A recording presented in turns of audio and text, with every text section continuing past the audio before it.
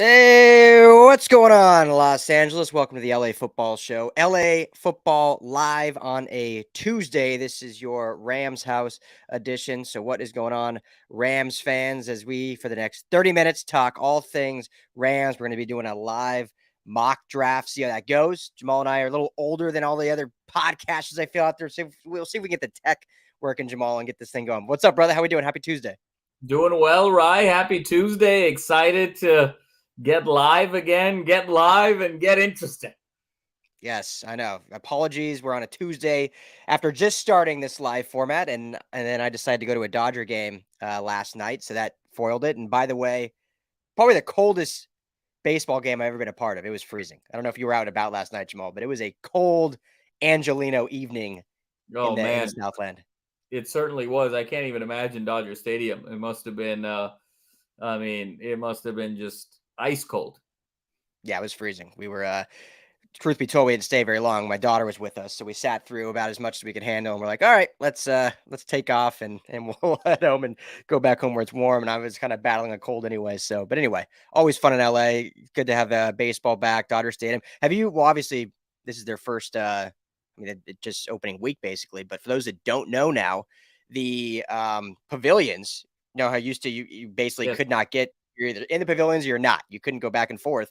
They've now, reconstructed, did some renovations, and now you have full access to the entire stadium. So when you park, say you park off Academy, where we always coming from Pasadena, you can enter through center field. You have access to the pavilions, and you can actually get to your seats because we were in the top deck all the way around. So it's kind of nice. You can finally access the entire stadium once you're inside.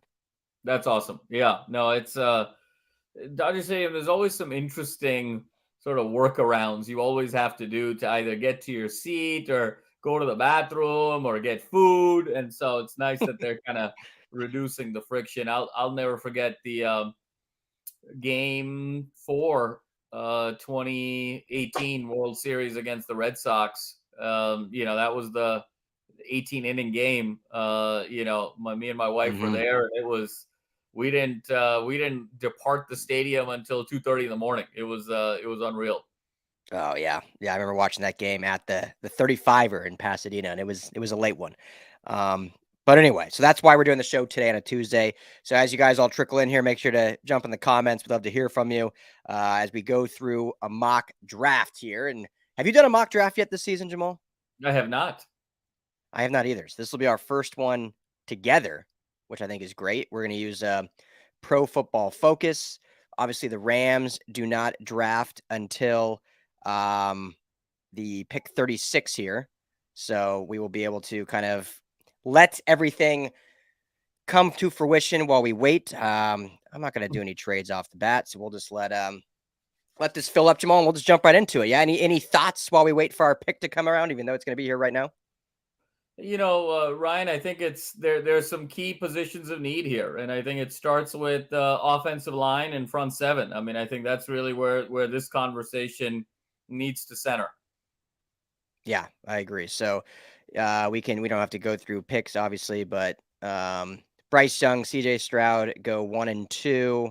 Richardson 4 to the Colts. Will Anderson falls to 5 to the Seahawks, which make them seem like geniuses with that trade, and then able to get him as well. Will Levis going to the Raiders at pick 7. Any other interesting ones here? Our guy, I saw him a second ago. Did I pass over it? Jordan Addison, 23 to the Vikings. Chargers go with Deontay Banks here, corner out of Maryland. All right, so now to our pick. First pick for the Rams, pick 36 in the second round. I agree with you. So let me ask you this before you people can see on the screen kind of who's available there at the top. I'll scroll through a little more, but I agree with you. I think the front seven, either side you put it, is very important to this.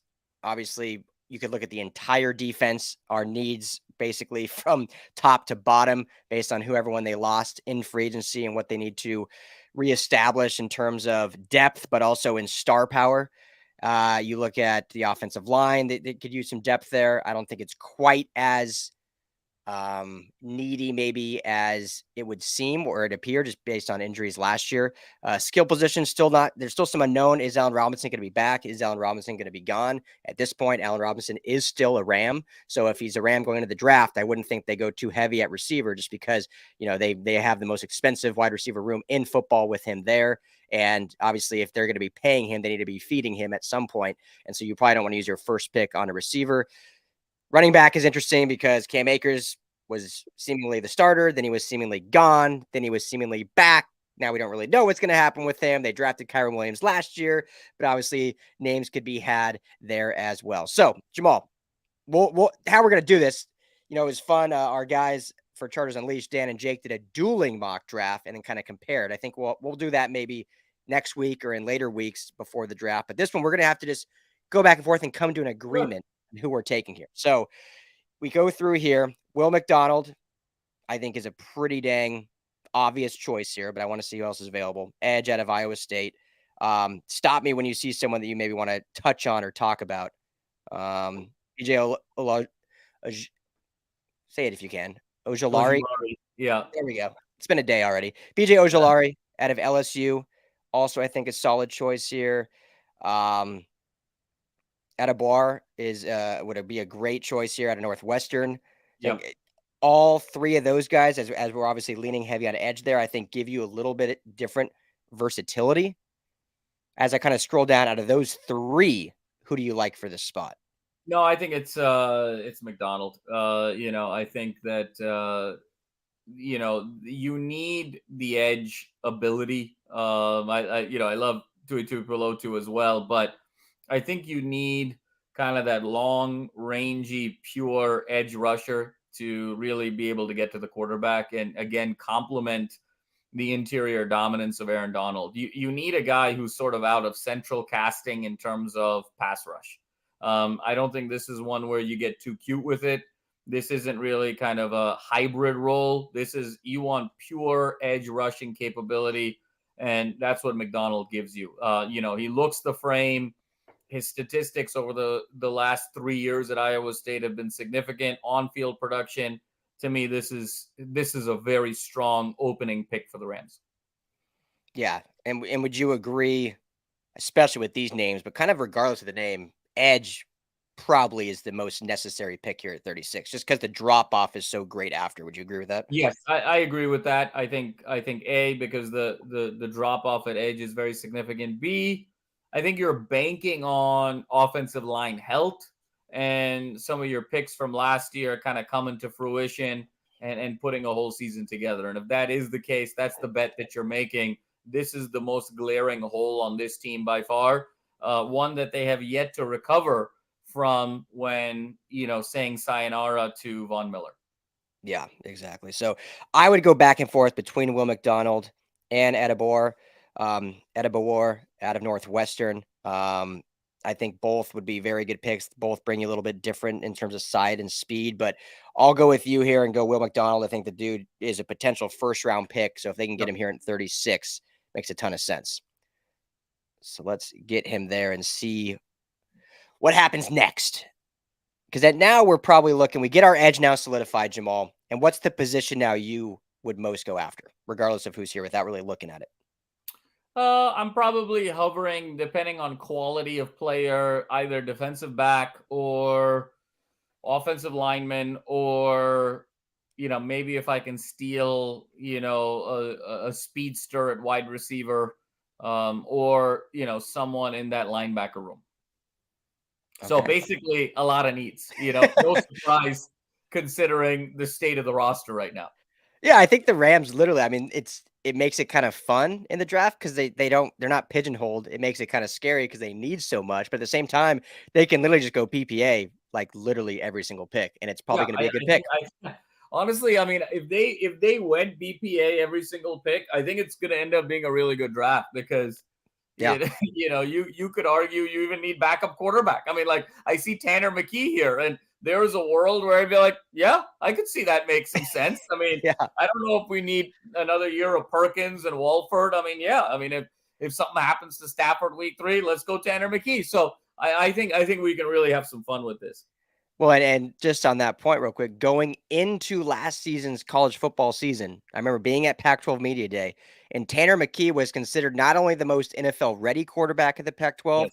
but arguably the best Pac-12 quarterback at that time. Now, obviously, Stanford had a really bad year, and then we had the emergence of Caleb Williams. You had the emergence of Michael Penix Jr. You had, a lot of these other quarterbacks really show out, and everyone kind of forgot about McKee because of how bad his team around him was. But dude still has an NFL quality arm. Now, I'm not saying the Rams should do that here.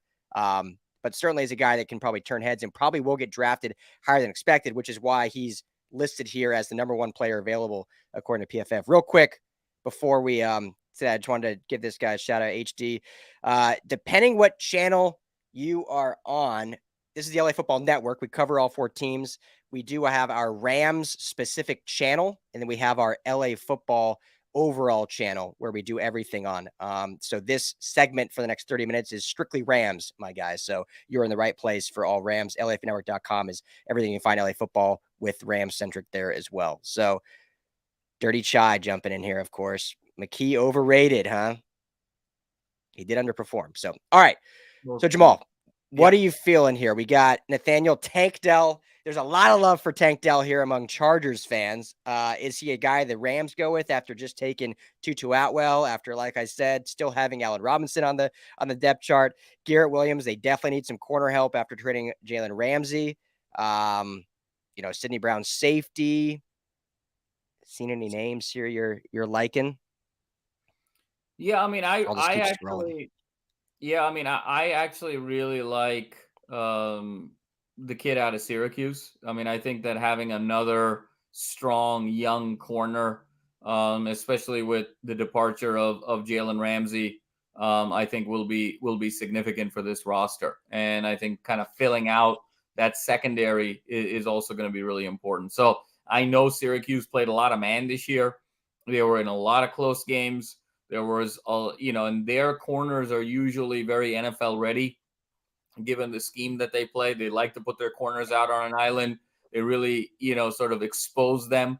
And I know Garrett Williams is very battle tested, and I think he has the right attitude and the right disposition to contribute to the Rams right away, because that's the other thing you're looking for. You're not looking for these projects potentially. You're looking for guys that obviously you're balancing upside with immediate impact. And so, you don't want to stifle yourself and just say, hey, I just want the best available player and he's as good today as he'll ever be, versus a guy, well, we're in 3 years, this guy's really going to be something. You want to balance that. And I really like Garrett Williams. Yeah, I like that too. My 2 that I would have taken no matter what, if they were still there, would have been Zach Charbonnet, who went at pick 60, our guy. Everyone knows how much we love him at running back, but I think he would have been really, really fun with this Rams team. Goes just a few picks before. And then Clark Phillips at 64, corner out of Utah. Everyone at the combine, every single Pac-12 offensive player interviewed at the combine said, who's the guy on defense you hated going up against? And it was, without a doubt, Clark Phillips every time. So he would have been a no-brainer as well. He may even go higher, and I wouldn't even hate it if the Rams took him in the second round at 36. Might be a little stretch, some people think, but I just think the dude balled out that much. But I do think you need a corner here, and I do like Garrett Williams as well, who may also go higher than that. So we'll see where that goes. So, all right, well, we are on the clock quickly again, just a few picks later. Hendon Hooker goes 1 pick before. This would have been a great spot for Hendon Hooker, Jamal, at 77. Yeah. Yep. Tanner McKee still sitting there. Too rich for your blood still? Simulation hurt Decker, though, so it was. Do you want to look at a specific position or just scroll down here? We can scroll. I mean, I've got kind of a name that I like there already, but we can keep scrolling. Okay. Let's see here. Tight ends a position, but after they just did get in the trade, add some depth there. Tajay Spears. This might be a good spot for Todd. Yeah, I don't see him going this late. Do you? No, you think he makes it to 77? He might. I mean, it sort of depends on. How people feel about the running back market, and I'm kind of surprised to see Charbonnet at 60. I mean, that to me he would be higher than that. So if Charbonnet is going at 60 in this simulation, doesn't surprise me. The couple guys that I really like here, I actually like Overshawn from Texas. I like a Jomo from Texas. I like Tomlinson from TCU. And then I like Tyjae Spears. So, yeah, I think, given how he terrorized the Trojans, Spears may be the guy. But those are kind of my four that I'm looking at in this spot. So, okay. Yeah, Tomlinson. You would go to, would it be too quick, you think, to go corner again? Or you're thinking they just need so much corner depth, it wouldn't even matter after just taking a corner in the I second don't round? think it would matter. I think that you're going for who's going to fit your scheme the best. So Yes. that would be sort of my argument there. I think Ojomo's a stud. Overshawn is a stud. Both the Texas guys, and then obviously Tyjae Spears. All right, let's go Tomlinson or Spears. I'll let you decide. You go for it. I know your heart's on Spears. Let's do it. Let's No, do it. my heart's not. My heart's with you. My heart's with you as the GM right that's now. so that's touching. Let's go Tyjae. Let's do it. Okay, let's go Tyjae Spears. And here's why I like Spears, based on, even though the Rams, I know, have basically drafted a running back every single year, and that seems to be their philosophy, is so you don't have to re-sign one after the whole Todd Gurley situation, is you just kind of draft, and it's addition by subtraction. You lose one year, then you bring a new one in, and you keep your stable, 3 to 4 backs or so. And a guy like Tyjae Spears, you pair him with Cam Akers and Kyron Williams, you have a very, very good and young running back room with those three. And, Tajay is just getting more and more hype throughout. Again, I don't think he'll last that long because I don't think Charbonnet is going to last that long. So I think they'll go lower. But if you can get either of those guys at 77, I think that's a win and give Sean McVay another toy to play with. So, yeah, I like that so far. So, all right, pick 167. Now we're kind of, unless you're really digging deep in film study, as we try to do, we don't have it all the time in the world as some of these draft experts, just because we do a lot of different things with these teams and with this network. But now we're at the point where we're kind of drafting, at least in mocks, like, okay, what positions we want to go for? And we'll see if we can add some names that people recognize. So what are you feeling here at pick 167? Look, again, I think you got to circle back if you can get another edge, another linebacker, another offensive lineman. I mean, I think those are the three that I'm really focused on. Yeah, let's look at linebackers. I think we could definitely, because we need some depth there. No Wagner. We got Ernest Jones. Here we go. Inside. All right, so here's who's available. Ventrell Miller out of Florida. Diabate out of Utah. A little Dion action. Jackson State. Aubrey Miller Jr. Any of these jumping out at you, or should we look at a edge or offensive line? We haven't done offensive line yet. The one guy who I think was wildly underrated this year was Servosia Dennis from Pittsburgh. He sort of single-handedly kept them in a lot of different games. I remember the game, Pitt had a couple of great ones, obviously one with West Virginia, that was an absolute classic. They had another couple really good games. Dennis was a guy, even last year when Jordan Addison was on the team, had some game-winning pick sixes, just did some amazing things there. He's got a tremendous motor, and the guy just covers so much of the field that he really catches my eye at the linebacker spot. I think the game that you're playing is he going to be around for your next pick? And you maybe hold off. But he would be the guy out of this group that I'm looking at.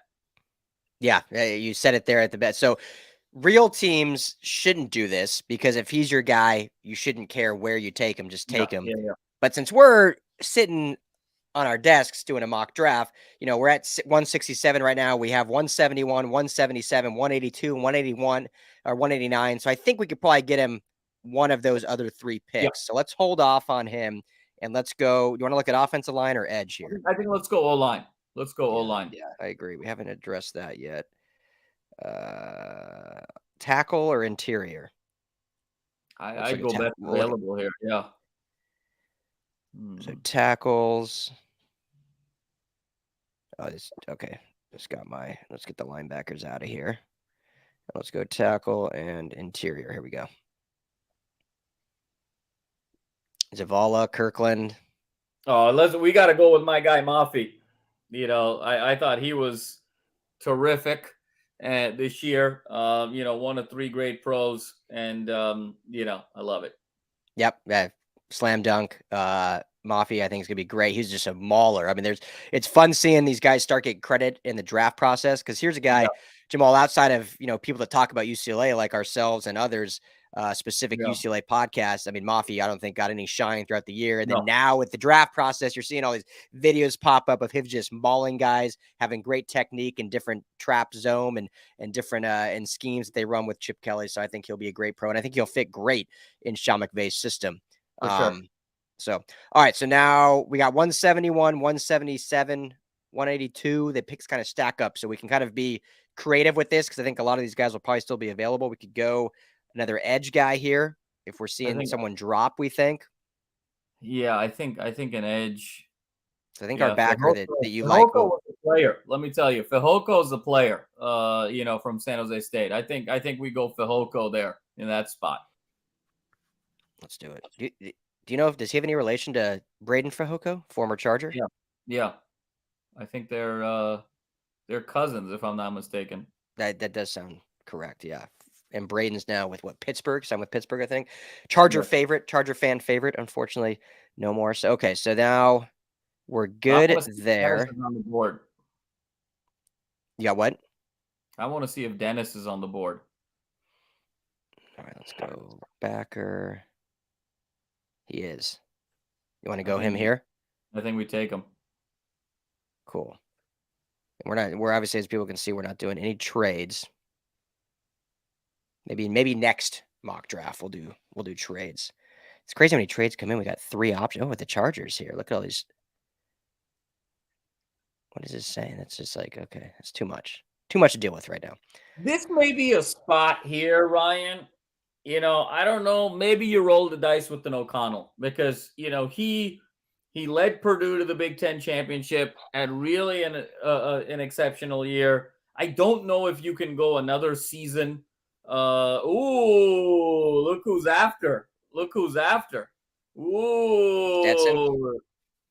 It's getting interesting. I mean, you got O'Connell, you got Bennett. I mean, that's really interesting. And then our This man, is a good spot to take a quarterback. Be available later, but this one's an interesting one to me. But it seems like there's enough kind of quality quarterbacks that I wouldn't burn one here. Okay, yeah. It's a decent spot to take a quarterback, but I think you're right. Kind of thinking of it from a fantasy perspective, like, oh, could I hold off 1 or 2 more rounds? Or enough talent? I think just because we know DTR and Duggan can be those formidable backups. I mean, Duggan would be even better than what's in the room right now. Any of these guys, truthfully. I mean, you're talking about an investment banker and a plumber right now in the quarterback room after Stafford. So, I think anything's an upgrade. Well, technically, there is no quarterback room outside of Stafford because they haven't been re-signed yet. So anyone would be an upgrade for sure. Yeah. Okay, so we can hold off on quarterback. Should we just go best available? I think we go best available at this spot here. Yeah, here if we want to. I mean, we need edge depth, right? We have I like heading into the draft 3 guys. Yeah, he had a hell of a game against Clemson. Diaby, I remember he just absolutely balled out against elite competition. So I think this is a good spot here. Sweet. I like that. There's got to be shows that I don't do a ton of mock drafts like some people, and there's got to be where I can see who I've taken already, right? Well, Jared Clark from Coastal, Ryan, 4-year guy. Coastal has played in some big games over the years. They were very physical as a defense last year and the year before. He was right in the middle of that. I think getting some interior help, again, fortifying that front seven, I think is critical. Yeah, I think we need that. No Ashawn Robinson back. Got to have some bodies up there, right? Gotta have some. I think we need another linebacker here, to be honest with you. We need linebacker. Could use a safety. You could use safety as well. Yep. Let's see who's available of linebackers and safeties.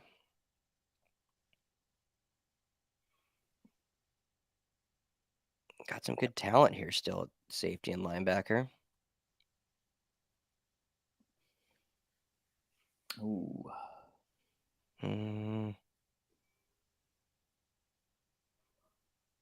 Probably don't need to go that deep. I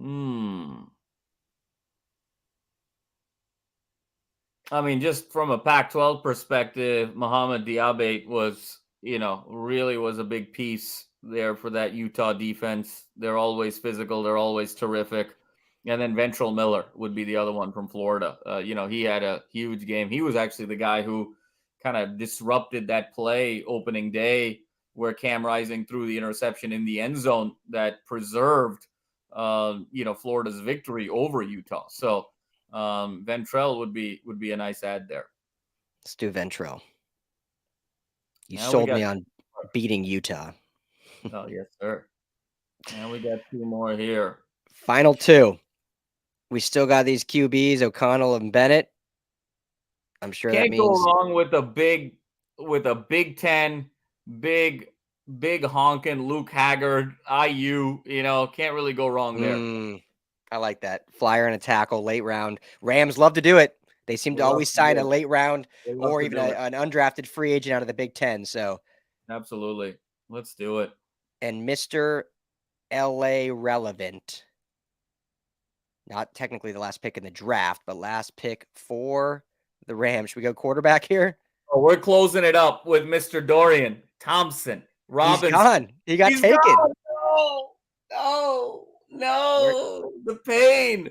Where did he go? Let's see where he went. To the Falcons. No, 224. It's a good spot for him. 224. Yep. Lesson to all of you. When you want something, take it. Yep. Just take it. Don't mess around. So don't mess around. Don't mess around like the way we did. Now we're jilted at the altar. Yes. Aiden O'Connell, you were liking him earlier. I like O'Connell in this spot. Duggan is a glorified fullback in the NFL, so I like O'Connell. There we go. So Will McDonald with the first pick, which I think would be a slam dunk. We get Garrett Williams in the 3rd with Tajay Spears out of Tulane. Antonio Mafi, LA legend here. Plus, wow. Yeah, I mean, Dennis with an F and then everything else, A plus. Overall grade, A-. Overall grade isn't bad. Yep. Ryan, we know what we're talking about over here. Look at that. So. And I'm sure Dennis was only an F just because maybe we reached one round too high, which, like we said, if we made that mistake with DTR, so we missed him because we didn't reach high enough. So either way, let us know, Rams fans, your thoughts. These always goes quick, these lives. They're quick 30-minute shows because we go back to back to back to back. We'll be doing some Chargers mock now over on the Chargers channel. So if you're bored Rams fans and want to hang out with us over there, you're obviously welcome to come hang out. We'll be doing Trojans Talk at 7 and Bruins Talk at 7:30. So every Monday, 6 o'clock, Rams fans will be live right here. Thank you all for hanging out with us. Thank you, Jamal, as always, my friend. And I guess, but we'll be doing our show later in the week as well. So we'll talk to everyone later in the week. We'll be back live next Monday. Talk to you all then. Everyone take care. Thanks, Jamal.